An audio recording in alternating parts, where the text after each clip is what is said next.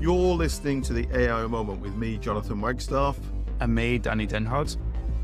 And today we're recording this on the 22nd of December, 2025. And Danny and I thought we'd spend a little time today just reflecting on the year in AI and who we think's had a good year, who's had not such a good year, and how we think things have arrived at the point they've arrived at right now. So Dan, let me start you off with one that some people may think they've had a good year, some may think they've had a bad year. And I'm going to say OpenAI's year has been interesting. Give me your thoughts on OpenAI's year and whether it's been good or bad. I think if we were to look at it from had a great year to could have done way better, I think they're probably right in the middle, as in good. I think my personal opinion is they fumbled a little bit on ChatGPT and some of the updates. However, they are a market leader with over, if you believe all the stats, way over 70% of the market share. So for me, I think they've had a good year, but I don't necessarily think the models have progressed as well as they probably would have wanted to. I also think that I believe that they went for empire mode, AI empire mode, as opposed to ecosystem. And that's really caused them root issues throughout what they've tried to do. They tried so many little things, but they tried to go too broad. So Sora 2 did really well on downloads and then stopped. No one's really using it anymore. But then they got a Disney deal for $1 billion. They've done so many corporate deals that they can't necessarily sign off. So for me, it's very middle of the road and very, very grey in what they've achieved. But to give some people wider context, they're the number one most downloaded app in the App Store. And that's on iOS devices, which is the one that everyone wants to go to. Google Gemini is 10, for instance. And then on iPads, they're number 2. So it just shows you the breadth of reach it has. And then similar web data suggests it's over 70% market share, but declining. So for me, I think they've had a good year. I wouldn't say they've had a terrible year, but they definitely haven't had a great year. What do you think? Yeah, I mean, there's a couple of pieces that spring to mind while you were talking there. One is, as you say, they are still the kings of the LLM space, and they've still got 70%, like you say, of daily LLM use. They're still right up there, measured in the billions. But they've probably come down to 70% from 90% over the course of the year. And we saw at the start of December, they called a code red. So you can't say it's a great year if you have to call the code red at the end of it. So the code red was a retrenching of their development and their focus from a product point of view. They've either paused or canned some of the peripheral projects they were working on. They focused back in on the core LLM and market share. So it's been an interesting year. I mean, they're still my LLM of choice. It doesn't mean they're the best. It's just the one I've used the most this year and I turn to naturally. So I think a lot of people still see them as the LLM of choice. But it's an interesting future ahead for those guys, on the back of this year. So a mixed scorecard, I think, as you say. Some things have gone all right, some things not gone so well. I would guess, Dan, if I was Sam Altman, I would probably have wanted this year to go a little bit better than it did. I certainly wouldn't want to be calling a code red at the end of the year. So mixed year for OpenAI, but probably not quite as good as they might want. Yeah, I agree. I've some positives. If you're a ChatGPT user like Jonathan, there are some positives to sort of take away from it. They have got long-term deals. There are huge infrastructure changes that they're making. They got Fiji Simo, who's the CEO of consumer apps, who is probably the hire that anyone would really want to go after. I think she's brilliant. She's done an amazing job prior to this. And I think actually where they're all going towards is the multiplayer, which you and I talked through on the 2026 predictions episode. The one question I'd always have for ChatGPT is how are they going to move people into using it more daily and replacing some tasks that they're still doing, and how are they going to move people into a team environment and up the stack to win. So that would be my sort of addition to what you said. So another winner, I think, in the last year, if we reflect on the year that's just gone, anybody who bought shares in AI companies back in January has had a very good year. The AI bubble is in full swing, Dan, I think. And there is, of course, a lot of speculation as to what point the bubble will pop. My own view is we've probably got another year yet. I think people have been comparing it to the internet bubble. And I think we're probably in late 97, early 98. So I think there's another year or 18 months to run. But I think anybody I didn't do enough of this. I don't know if you did, but anyone who bought into some of the AI companies back in January has had a very nice year. It's not something that I really would have thought about until the middle of the year. Obviously, Google and Alphabet have had tremendous raises and rises through it. Funny enough, Apple, who most people would slate, have also done very well out of this year as well. So I think it is a really interesting sort of shift into how well some of these AI companies are doing. I've had some experts sort of talk around this an OpenAI bubble as opposed to a general AI bubble, which would be quite an interesting talking point for 2026, really, because it'd be really interesting to see how the rest of the industry reacts. While I know some AI companies based in the UK are already shifting headcount and reducing headcount based on some of the numbers. So I think it is very much, there is a bubble going on. We talked around it a couple of months back, but I do think the bubble mostly will depend on OpenAI and how well they do or don't do versus Gemini. Yeah, I think I've read stuff in The Economist saying that the US economy looks in good shape at the moment, but actually there's two economies. The AI economy is providing pretty much all the growth in the US economy. And outside of the AI firms, it's pretty flat. It's in the same sort of shape as most of the Western European economies. So, what happens when that bubble bursts, and if it bursts, that has got a broader impact on the US economy potentially. So be one to look at, one to be keeping an eye on through the next year, I think. Go on, then who else do we want to talk about who might have had a good or bad year? I think it's worth going into Gemini. I'll let you go first on this one. What do you think about Google and Gemini's year? Yeah, I mean, I think I look across a number of things. I think Gemini's come on leaps and bounds this year and is a really, really nice LLM now. I think you look at NotebookLM and the functionality, even for free that provides, free users of Notebook, it's tremendous functionality. As we talked about on a recent pod, I think we both think that Google have started to get their ducks in a row now and they're going to have a really good 26. If it goes the way we think it's going to go, they're going to have a really good 26. So you've got to say they've had a good 25 because they've been lining up things and getting these pieces in place. Nano Banana's extraordinary piece of kit. And so I think they're looking in really good shape the year ahead. And they've had a really good 25. Of us, though, you are the Google expert, none of the two of us. So am I being naive there, or have I hit the nail on the head? Now, further to the points we made in the Google Gemini episode, is that they had quite a weak start of the year, didn't they? And then they really kicked in once their version of a code red kind of ended. They really understood how to shape their org and re-engineer their whole organization around Gemini being at the heart of it. So they really understood how to put it there. There's a couple of things that are rarely talked around, but I think are essential to sort of go through. So they made these small tweaks on YouTube, for instance, which obviously is part of the much broader Google ecosystem. And you can now translate most videos into over 20 languages. So just think around that. Imagine you record your content in English and it can be translated seamlessly into Italian or Mandarin or any of the major sort of languages, Japanese, etc. Just think about the exposure it has internationally for you as a creator or a company. That's huge. And I think NotebookLM is probably the best tool, whether it's free or paid, that's available. And there's so much that you can do with it. And I know so many companies, once you show them how it really works, their mind's blown that it's free. Although Microsoft have a version of it now, and it's actually in the paid Copilot, I think NotebookLM is definitely the best tool available.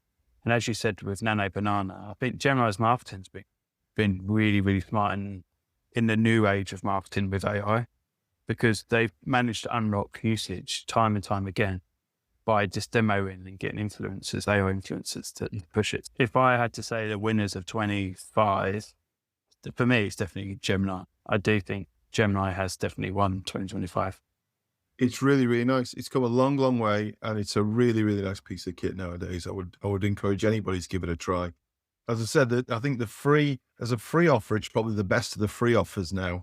And then obviously, if you've got the paid accounts, all the extra functionality you get there, then it's highly recommended. I'm going to suggest something else here. I think one of the winners of this last year is anybody who has invested in their AI skill set. Anybody listening to us who is more proficient in the AI space now than they were back on January the 1st, is an absolute winner, because I'm staggered to say I'm still seeing statistics that only around about 10 or 12% of knowledge workers are really doing anything with AI at all. And so if you are one of those 10 or 12%, then well done you. You've had a really good year. And those skills will see you in good stead if you continue to invest in that way. What do you think now? When I heard those numbers, I just thought, I can't believe that 90% of people aren't all over this now. It's still only 10, 12%. Yeah, having done workshops, having spoken to many people, being in a large CMO community and been in product communities, I've seen it a lot where they're either not allowed to do it or they're too busy to do it, or it has to have something that unlocks AI, a number of different use cases to make sure that they go from using it sometimes to weekly to daily to hourly. I completely agree with your point. I actually think the general public are really the winners, because there's just so many options to improve your work and become more educated. The challenge I think what most people have is, how do I put myself in a situation where I can use it, that it definitely improves it and ticks all the three T's, the time, truth and trust element to it. And then also prevails them and pushes them forward and removes shadow AI and, preventing people from using AI to improve their day to day, if not hour to hour. And so a lot of people I've talked to and anecdotally, whether they're super senior or mid to high in any of the companies, say we only really use note-taking apps and we might use it for analysis. And even when it is an analysis, they don't go deep in it. So I think if you're, like you said, Jonathan, if people are investing their time into it, there's so many different use cases that can make you better at work and drive your performance. I'd agree. What else, Dan? What other things come to mind when you think about who's had a good 25 and who's had a bad 25? Yeah, let's go for a couple of bad ones. Everyone likes the engagement piece. So Rage bait. Yeah, exactly. I can't remember the word of the year, but what was it? Slop. That was one of them. But Copilot, I think. Yeah, slop. Yeah. Yeah, I think Copilot is one that should have been plug and play, and they just let it slip with too many battles with OpenAI. In the same way they did with Google, they lost a lot of ground. They're doing smart things like going multimodal, and you can select which one it is. And Copilot is generally a good LLM within the workplace because it's in the software and the tools and the workspace that you use. But I just don't understand how they can slash the targets as much as they have. And with the foothold they have with anything out of startup, I don't understand how they haven't done way better than they have. But again, it's not the worst LLM at all. And if you can choose Claude, if you can choose ChatGPT, or you can select their own models, it does way more than what people are expecting it to do. Maybe that is why so many people aren't using it all the time. Well, I think there's a couple of things. I mean, anecdotally, as you say, this is just conversations I've had. The Copilot has been the AI of choice for a lot of enterprises who've already got extensive Microsoft licensing. So you can see exactly why people have rolled it. There are a bunch of guardrails on it, which Microsoft have had to put onto it for obvious reasons. And what I keep hearing from people is those guardrails make it less useful than they want it to be. So there's a number of people who have they're experienced in, say, Gemini or ChatGPT, and then at work they have to use Copilot, and they've kind of given up on it because they can't get it to do the things that they want to do. Or in a lot of other cases, and I think this is a problem for some people, the first experience they have of an AI tool is that their corporate license for Copilot. And again, they try a few things and they find it a bit disappointing and they kind of give up on it. And in some cases that leads to shadow AI, as you said. And in some cases they just give up on it and they go back to doing things in Excel or PowerPoint or whatever they were doing before. So there's something that Microsoft's got to fix that. There's no question about that, because they should have been able to really take the field with the way that they integrated Copilot. There's a lot of work to do. I would say, based on my conversations, they've had a bad year rather than a good year. I think I've heard more disappointing comments about Copilot than I've heard delighted.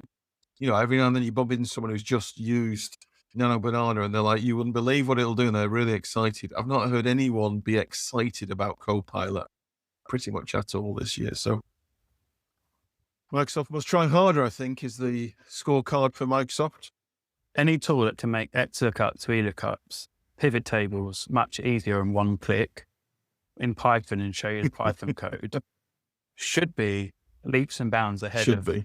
others. But Should again, be. maybe that's a Microsoft reputation problem and it being managed by IT. So not to dwell on the point, but last few years we've had Notion, we've had Slack, and that's been the workers bringing it in and seeding it out and it distributing out and are not spiked. It really raises out. Whereas when you bring a Microsoft tool into a company, no one really wants to use it because it's uncool, it's not connected. So maybe, just maybe, that has a part to play. But tagging on to that, I think many companies that just install in AI and doing the start-stop rollout, they're losing the battle. And I had this discussion with a company last week around they started, they stopped, and they're all waiting for the policy to be signed off by legal. And that was 6 weeks from them stopping it. Now all the team basically just can't use it. They're not allowed to. It's all locked down for that reason. So yeah, I just think if you're a company and you haven't made that decision, or you're half stalling it, or you can't make a firm decision, I do think you're losing. You're going to be losing this year, and you'll be losing the start of next year too. Yeah, I do not disagree.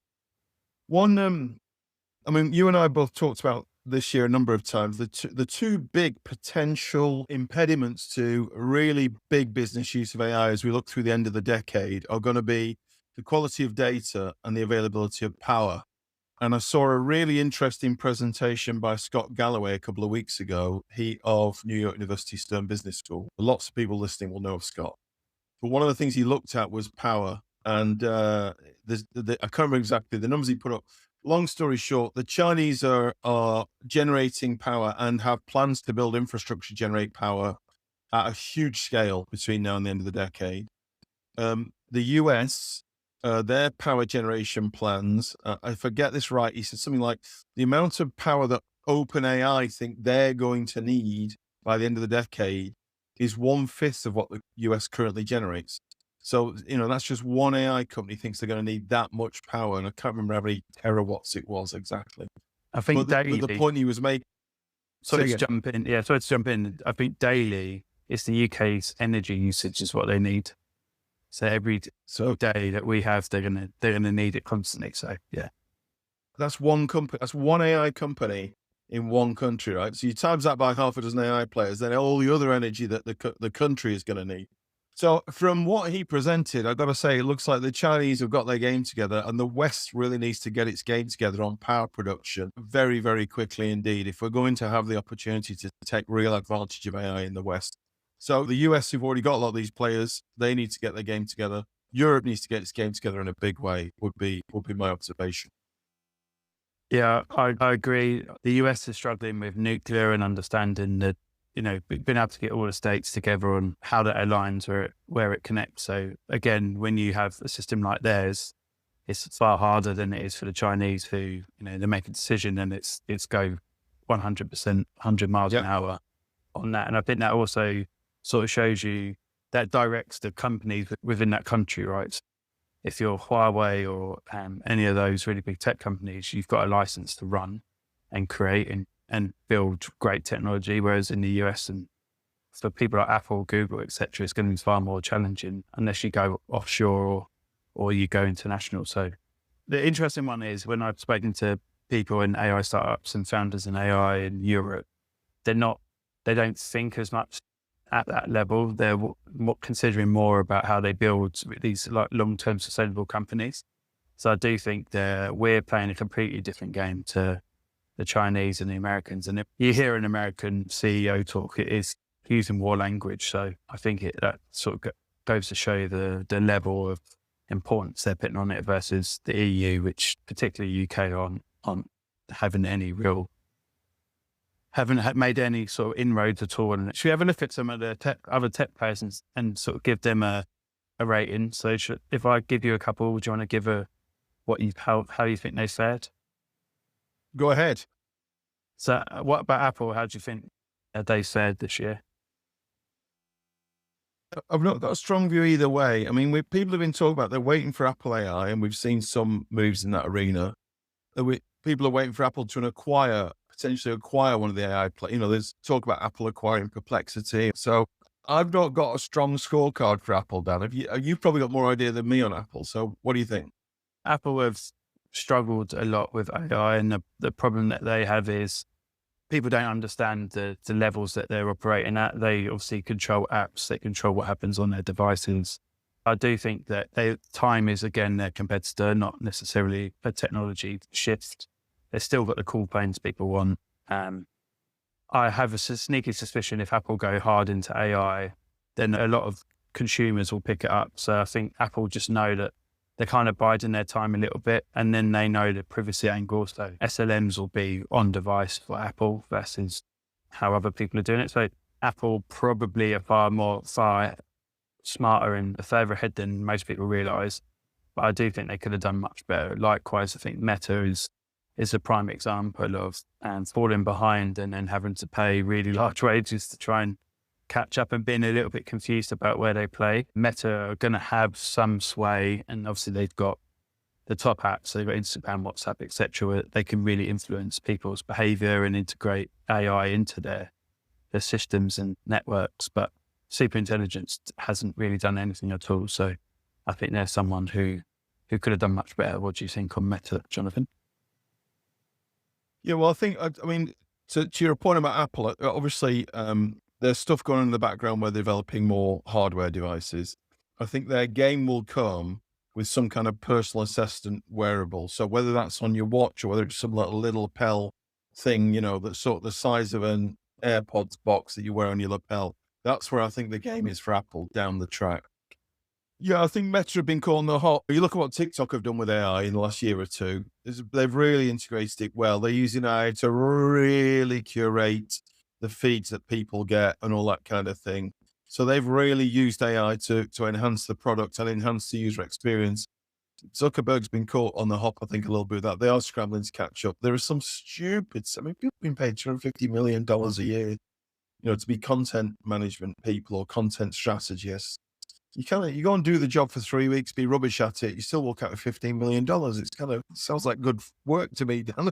That's the one we should apply for. Go and do 2 weeks and be rubbish, walk out with 10 million. Thanks very much. So there's some crazy stuff happening, back to valuations, and some of the numbers being talked about are crazy. I don't think Meta have had a good time. And I think, although they've still got obviously the volume numbers of users, they're being snipped at by people like TikTok quite badly in the AI space. They're not one of my AI winners, I would say. How One about that is, though, I was going to say one that is, I think Gamma have had a fantastic year. I think Gamma, I know we're now into application rather than platform, but I've been really impressed with the way Gamma's come on. You look at what's going on with NotebookLM, as you say, and the way that can create decks for you, and the way Gamma can create decks. I've been able to have recently a conversation with a sales director, and we have, in the course of about a 40-minute conversation, we've mapped out the sales strategy for the year. We've recorded that conversation. We've tidied that up, stuck it in Gamma and said, make the slide deck. And it's produced a slide deck that needed about 5 minutes editing to be perfect. It's like this incredible tool. It's become a long, long way this year. So I'm a huge fan. Yeah, I think Gamma is rightly so the tool that we spoke around a lot and often. And also I think with what Gamma did so well is they were super specific about what their use case was and then built out on that. One really interesting part, I think, I might be going into some geek territory or product geek territory, is what they did was they've narrowed down the time to value, TTV. But what they did really well is they worked out the time to edit after that. So they've worked out how to give you value. And then they realized what the point of the editing is, to like personalize it or edit some and slight tweaks to it to make it really land and really work well. So for the people who have products or build products, we'll see that a lot in 26 is time to value and then time to edit or time to personalize after that. No, I agree. I mean, that's one of the great powers of AI is the personalization. I completely agree. They have set a standard for how you bring a specific use case application into the space and make it really work for people. The other thing they've done, of course, really well is they have been wise about integrating with all the existing players. So, you can export to PowerPoint, you can export to Google Slides, you can export to Apple Keynote and stuff. So they've been clever about integrating with the existing players so that if you're happy in PowerPoint, You can create in Gamma, export to PowerPoint, or you can import from PowerPoint. That interoperability, I think, has been a key part of what they do, as well as the clever stuff around creation, editing slides. Yeah, I'd I want agree. to talk about. Oh, sorry, Dan. Go on, carry on. Yeah, I'd agree. I'd also add in 11 Labs in application level, what they offer for free and how they focused on it constantly. Free use with additions, I think has been incredible. And I'd say that they've helped me massively this year in the tools that they offer for free. So yeah, I think 11 Labs is another one to tag on into that category. I would agree. And we move from Gamma and 11 Labs to the future of humanity. I think one of the things that probably I would reflect on in 25 that's most of concern, I really don't think, I think the challenge we have with governments and global regions, the ability to regulate and legislate for AI is not moving nearly quick enough. And AI itself is moving much, much quicker than any of the governments or any of the super regional governments can manage. I know a couple of years ago when the Silicon Valley Bank went bump, one of the things that was cited then was the problem with modern banking is that, all the banking regulation was designed for 100 years ago. When to run on a bank, you have to go down to the bank physically and take your money out. And it took a few days for there to be a run on a bank. And so the legislation was enough that they could do things. Nowadays, you can run on a bank in half an hour and completely wipe it out. And the legislation hasn't caught up. Well, AI is that times 10, isn't it?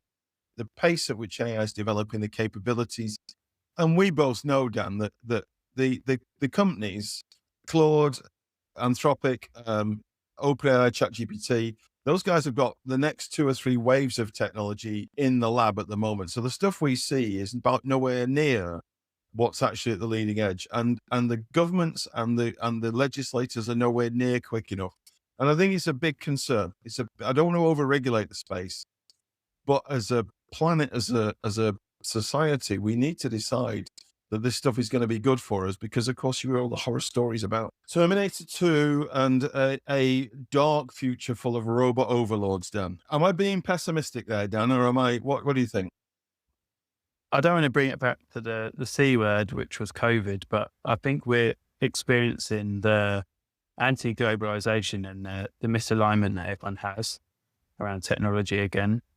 And that is because of company power, like business power. It's down to how influential some of these technology companies really are at government level. I have a little fear that some countries are going to be left way behind, and they're going to be struggling to even remotely understand what's going on.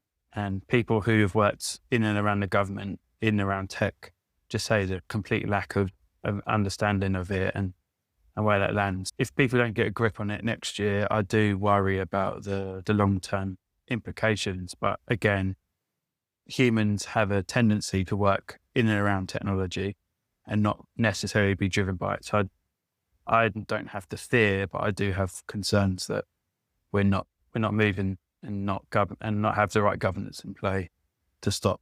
If one bad actor starts rolling out aggressively, then I don't know how people are going to stop them, unless it's down to another tech company doing it. Yeah, I think we have to be optimistic that we will fix it, as you say. There have been lots of technologies in the past that could have been very dangerous. We've talked in the past about nuclear, unregulated could have been very dangerous. There are ways we can control. I mean, certainly control the chipsets is probably one of the places you could put a throttle on, so that you know who's got the capability to use AI and you know what they're doing with it. So we have to be optimistic. Dan, we're going to wrap up in a second or two. I want one more thing, one group that I think has had a good year in AI. And that's you and I. I want to be self-congratulatory for a minute. I think this little podcast, we started this in the middle of the year. We've had lots of great feedback on it. It's been a lot of fun to do. And so I think at the risk of being too self-congratulatory, I think we are in the list of people who've had a good year in AI, Dan. It's been tremendous fun to do this podcast, and long may it continue. Definitely, completely agree in that. Just want to thank everyone who's got this far and listening and supported us on this, because podcasts and newsletters are only as good as the feedback that you receive. So thank you for all your feedback and you invest in the time to learn a little bit more about AI and hear Jonathan and I talk around it. So thank you very much. Yeah, I'd echo that. I mean, I think in the early days, it was a massive surprise to hear people come up and say, I've listened to your podcast. And more recently, it's been great to have people say how much they've enjoyed it. and give us some really good feedback on it. And so I would echo you. Thank you very much to everyone who's listened in, commented, given us feedback. Hope you all have a great Christmas, and we'll see you in the world of AI in 2026. Dan, great to see you. You have a good Christmas too, and we will speak in the new year. Thanks, Jonathan, and Merry Christmas and Happy New Year. Thanks for listening today, everyone. If you liked what you heard, please give us a rating and review in any of the podcast players. We have a supporting newsletter, which is aimoment.co.uk, that comes out on Mondays and Fridays with every pod, and we dive a little bit deeper. So please subscribe there. Have a great week, and we'll see you soon.